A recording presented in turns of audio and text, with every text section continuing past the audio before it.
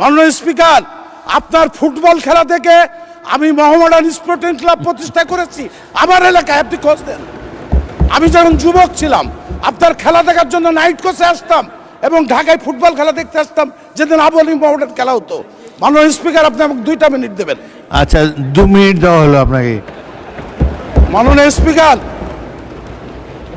আমার কুষ্টিয়ার থেকে আমাদের উপজেলা, আমার উপজেলাটি 667 বর্গ কিলোমিটার। এখানে 4টি ইউনিয়ন আছে, চর। আমি মাননীয় শিক্ষামন্ত্রী এখানে আছেন কিনা? না, নাই। আমি শুধু আমার উপজেলার কথা বলছি না। এই যে শিক্ষক নিয়োগ দেয়, এই শিক্ষক চরে কেউ যেতে চায় না। তাই চরের শিক্ষক তাদেরকে অগ্রাধিকার দিয়ে যখন শিক্ষক নিয়োগ দেওয়া হবে প্রাইমারি স্কুলে, তখন চরের ছেলেদের যাতে শিক্ষক নিয়োগ দেয় তার ব্যবস্থা করার জন্য আমি শিক্ষামন্ত্রীকে অনুরোধ করছি।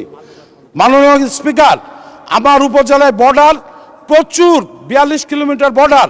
এত ধরনের মাদক আসে যেটা অকল্পনীয়। এই মাদক নিয়ন্ত্রণ করা যাচ্ছে না। প্রশাসন আমার উপজেলায় আপনার 3টা পুলিশের গাড়ি, তার 2টা নষ্ট, তারা কাজ করতে পারে না। ওই জন্য মাননীয় স্বরাষ্ট্রমন্ত্রী থাকলে ভালো হতো।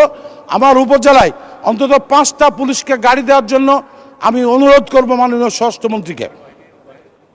এবং মাননীয় স্পিকার, আমার কুষ্টিয়া জেলার দৌলতপুর, নাটোর জেলার লালপুর, রাজশাহী জেলার পাগাচারঘাট, এইটা হচ্ছে বিশাল চর এবং চরে 2টা বাহিনী তো জন্ম হয়েছে এবং তারা ওই চরের খাস জমি এবং হচ্ছে খড় এবং এই নিয়ে এবং বালিমহল নিয়ে কয়েকটি খুনাখুনি হয়েছে, যেটা আমার মাননীয় সংসদ সদস্য বাগাচারঘাটের আমার চান ভাই বলেছেন।